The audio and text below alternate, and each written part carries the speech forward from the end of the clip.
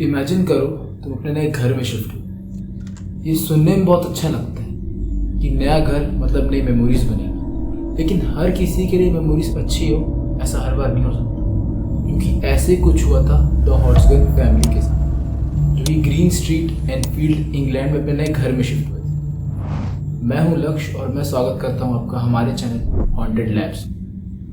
और आज मैं आपको जो कहानी सुनाने जा रहा हूं वो पूरे यूरोप की सबसे बड़ी अनसॉल्व पैरानॉर्मल मिस्ट्री है। ये कहानी है द एनफील्ड पोल्टरगाइस्ट। तो 1977 से 1979 यूरोप में एक ऐसा दौर था जिसमें लोग दो ग्रुप्स में बढ़ गए थे। पहला, जिन्हें ये लगता था कि एनफील्ड में हो रही घटनाएं सच है, और आधे जिन्हें ये लगता था कि ये सिर्फ एक पब्लिसिटी स्टंट है और ये आम पब्लिक के मन में डर डालने के लिए किया जा रहा है। अब कहानी में आगे बढ़ने से पहले मैं ये बता दूं कि ये पोल्टरगाइस्ट होता क्या है। ये एक प्रकार की स्पिरिट या यूं कहूं सुपर नेचुरल फोर्स होती है जिसका मेन काम फिजिकल डिस्टर्बेंस कॉज करना होता है, और कई बार ये सामान गायब कर देती है और चीज़ों को इधर से उधर करती है। और ये स्पिरिट कितनी ज़्यादा खतरनाक हो सकती है ये आपको वीडियो में आगे पता चल ही जाएगा। इस कहानी की शुरुआत तब होती है जब हॉड्सन फैमिली, जिसमें कुल 5 मेंबर्स थे, एक सिंगल मदर मिसेस पेगी और उनके 4 बच्चे, ग्रीन स्ट्रीट एनफील्ड में अपने नए घर में शिफ्ट हुए। और हर कहानी की तरह इस कहानी की शुरुआत में भी सब नॉर्मल होता है, पर धीरे धीरे चीज़ें बिगड़ने लगती हैं। मिसेस पेगी ये नोटिस करती है कि उनके छोटे छोटे सामान जैसे कि कॉम्स या नेल कटर अपनी जगह से गायब है और किसी नई जगह पर मिल रहे हैं जहाँ पे किसी भी फैमिली मेम्बर ने उन्हें नहीं रखा।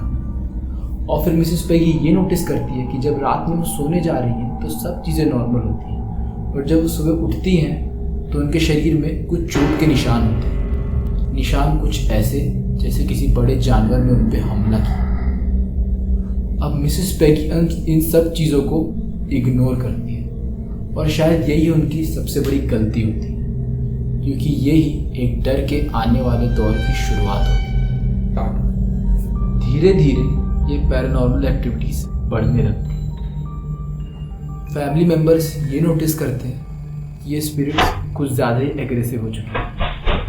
ये फैमिली मेंबर्स के सामने ही चीज़ों को लेविटेट करने लगती है, जैसे कि बड़े से बड़े फर्नीचर को, और फिर उन्हीं फर्नीचर से ये सबके ऊपर अटैक करती है।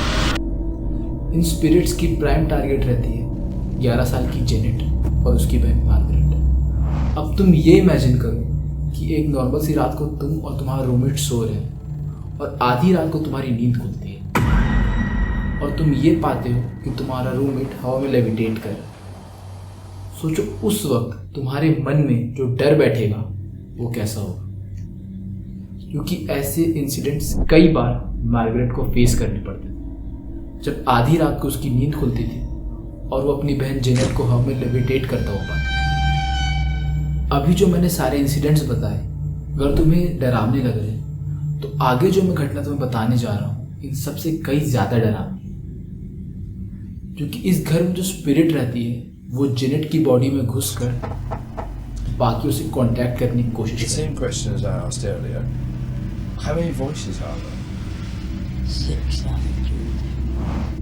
इस स्पिरिट की आवाज़ एक आदमी की रहती है जो कि अपने मिडिल 40s में होगा, और ये आवाज़ में काफ़ी ज़्यादा दर्द पर गुस्सा सुनाई दे रहा होता है।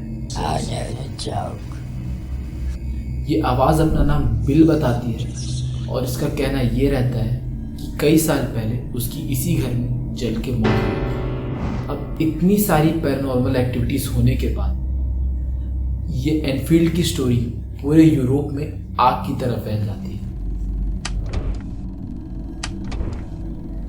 और इस वजह से कई बड़े बड़े लोग और कई बड़े मीडिया हाउसेस भी इन्हें कवर करने लगते हैं, जिस वजह से इस केस के अराउंड काफ़ी बिग मीम्स रिवॉल्व करने लग जाते हैं। अब अगर आप काफ़ी लंबे समय से हॉरर कंटेंट कंज्यूम कर रहे हैं तो आपने एड एंड लॉरेन वॉरेन का नाम सुना ही होगा।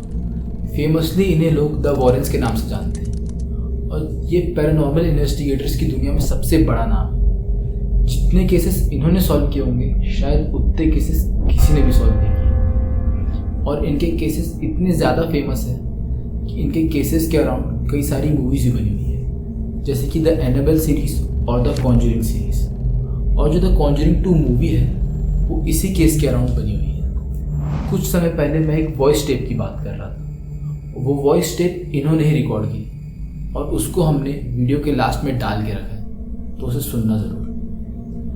अब इन्होंने काफ़ी सारा समय हॉर्सगन फैमिली के साथ बिताया और इन्होंने काफ़ी सारे इम्पोर्टेंट एविडेंस इकट्ठा किए, ऐसे एविडेंस जो ये प्रूव कर रहे थे कि एनफील्ड में हो रही घटनाएं एक पैरानॉर्मल एक्टिविटी है और सही में हॉर्सगन फैमिली घर को एक स्पिरिट ने हॉन्ट कर रखा है। बट इतने सारे एविडेंस इकट्ठा करने के बावजूद भी ये हॉर्सगन फैमिली सिचुएशन में राहत नहीं ला पा रहे थे और जो पैरानॉर्मल एक्टिविटी हॉर्सगन फैमिली घर में हो रही थी वो दिन ब दिन कंटिन्यू हो रही थी और बढ़ती जा रही थी। SPR यानी कि सोसाइटी फॉर फिजिकल रिसर्च, जो कि यूरोप की काफ़ी ज़्यादा वेल नोन सोसाइटी है, इनकी पूरी टीम जिसे गाय लायन प्लेफेयर और मॉरिस ग्रॉस लीड कर रहे थे, इन्होंने भी हॉर्सगन फैमिली के साथ उनके एनफील्ड के स्थित घर में काफ़ी सारा समय बिताया और इनके हाथ भी काफ़ी सारे ऐसे एविडेंस लगे जिससे ये क्लियरली प्रूफ हो रहा था कि एनफील्ड में हो रही घटनाएं कोई नॉर्मल नहीं बल्कि एक पैरानॉर्मल एक्टिविटी है।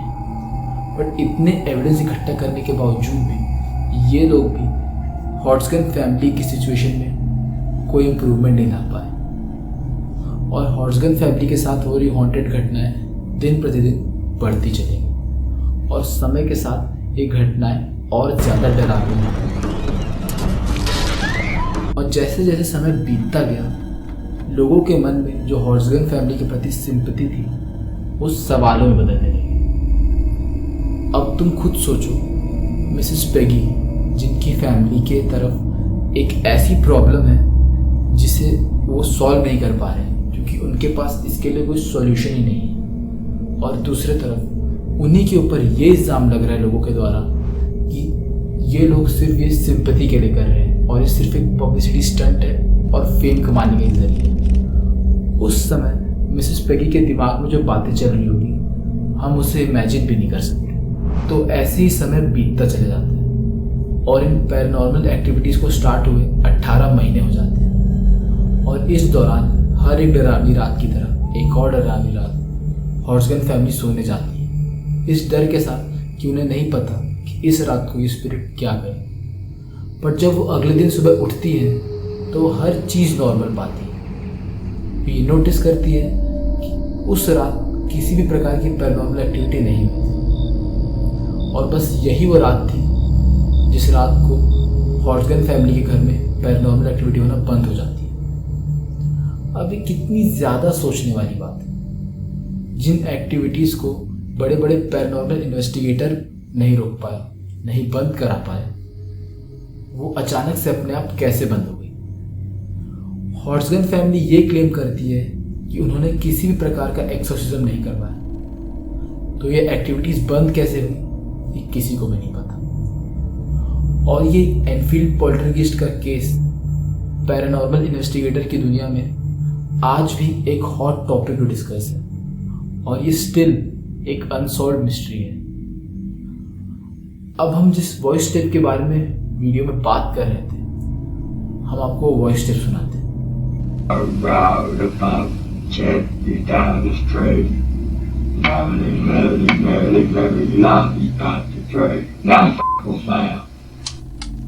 This voice is coming from an 11-year-old girl. तो आज की इस वीडियो में बस इतना ही। ये थी कहानी द एनफील्ड पोल्टरगेस्ट की, जो थी यूरोप की बिगेस्ट अनसॉल्व्ड मिस्ट्री। वीडियो अच्छा लगा तो लाइक कर देना। If you enjoy watching our content then do subscribe और मिलते हैं आपसे नेक्स्ट वीडियो में। Till then happy night.